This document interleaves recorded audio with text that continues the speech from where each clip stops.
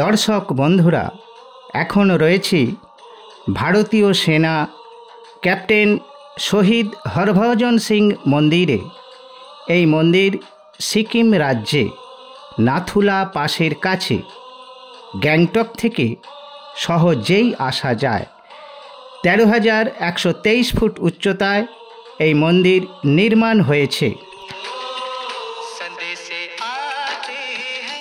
বর্তমানে একটি তীর্থক্ষেত্রে পরিণত হয়েছে।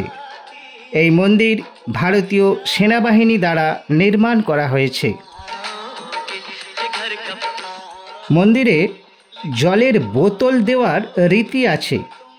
ভক্তরা বিশ্বাস করেন এই জল এখানে পবিত্র হয়ে যায়, এক ঐশ্বরিক জলীয় পদার্থে পরিণত হয়। এই জল অসুস্থ মানুষকে সুস্থ করতে ভক্তরা ব্যবহার করেন, এমনই বিশ্বাস রয়েছে ভক্তদের। সব ধরনের রোগ থেকে মুক্তি পাওয়া যায়।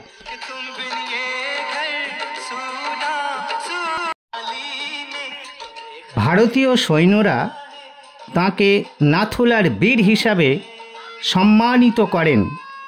সৈন্যরা শহীদ ক্যাপ্টেন হরভজন সিংকে বাবা হিসেবে মানেন।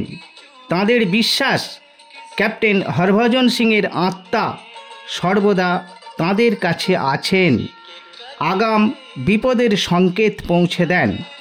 এমন বহু প্রমাণ রয়েছে সেনাবাহিনীদের কাছে। কোনো সেনা ভুল করলে তাকে চড়ও মারেন। শুধু সেনাবাহিনীদের রক্ষা নয়, তিনি সীমান্তে অবস্থান করে ভারতকে রক্ষা করছেন।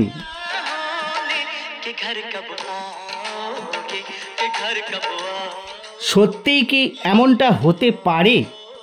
আত্মা কিভাবে তার ডিউটি করতে পারেন সেটা ভারতীয় সেনারাই বলতে পারবেন। তাদের কাছে রয়েছে বিভিন্ন অলৌকিক ঘটনার সাক্ষী। বাবা হরভজন সিংকে ভারতীয় সেনারা শ্রদ্ধা করেন, তার উপাসনা করেন। তাঁর মৃত্যুর অফিসিয়াল কারণ তিনি 14,500 ফুট উপরে ভারত চীন যুদ্ধের সময় মারা গিয়েছিলেন। লোককাহিনী অনুযায়ী তিনি সেনাবাহিনীকে নেতৃত্ব দেওয়ার সময় হিমবাহে ডুবে গিয়েছিলেন। 3 দিন তল্লাশির পর তাঁর দেহ খুঁজে পাওয়া গিয়েছিল। শহীদ হরভজন সিং নিজেই তাঁর দেহ অনুসন্ধান করতে সহযোগিতা করেছিলেন। তাঁর জন্য একটি শোয়ার ঘর রয়েছে, বিছানা রয়েছে, ডিউটি করার পোশাক রাখা আছে, জুতা রাখা আছে। জানা গেল ক্যাপ্টেন হরভজন সিংয়ের ব্যবহার করা পোশাকগুলি তাঁর আত্মা পরিষ্কার করে দেন। প্রতিদিন সকালে বিছানাটি অবিন্যস্ত থাকে। বিছানা দেখে মনে হয় রাতে এখানে কেউ শয়ন করেছিলেন।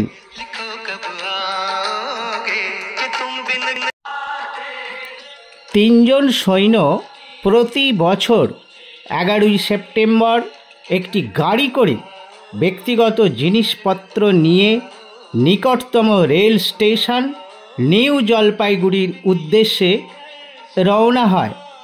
তার জন্য ট্রেনে একটি সিট সংরক্ষিত থাকে।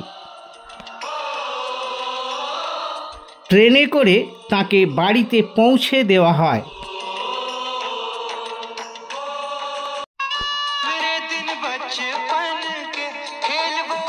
ক্যাপ্টেন হরভজন সিং তাঁর জন্ম 1946 সালে 30শে আগস্ট। 1965 সালে সেনাবাহিনীতে যোগদান করেছিলেন। 1968 সালে নাথুলার কাছে ভারত চীন যুদ্ধের সময় নিহত হন, শহীদ হন 4 অক্টোবর 1968।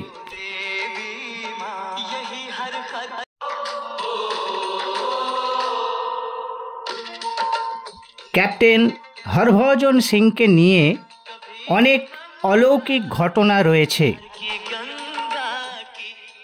মন্দিরের চারপাশটি দেখানোর চেষ্টা করেছি যতটা পেরেছি। যদি কখনো সিকিম বেড়াতে আসেন, এই মন্দির অবশ্যই দর্শন করবেন।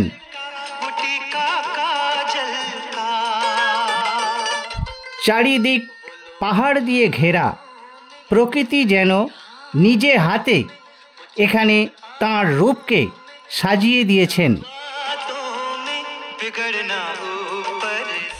এক আধ্যাত্মিক পরিবেশ এখানে বিরাজমান। ক্যাপ্টেন হরভজন সিংকে আমার সশ্রদ্ধ প্রণাম জানাই। এবার আসছি ছাঙ্গু লেক। এই একই পথে পড়বে ছাঙ্গু লেক। ছাঙ্গু লেকের অসাধারণ প্রাকৃতিক দৃশ্য আপনাদের অবশ্যই দেখাবো।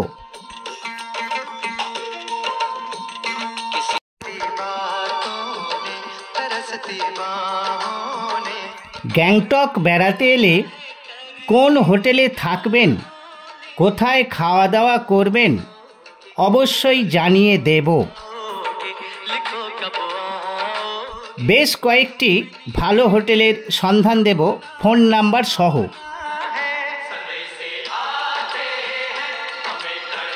গ্যাংটকে হোটেল ভাড়া এবং খাওয়া দাওয়ার খরচ কিন্তু সমতল অপেক্ষা অনেকটাই বেশি। অবশ্যই সেই রকম প্রস্তুতি নিয়ে আসতে হবে।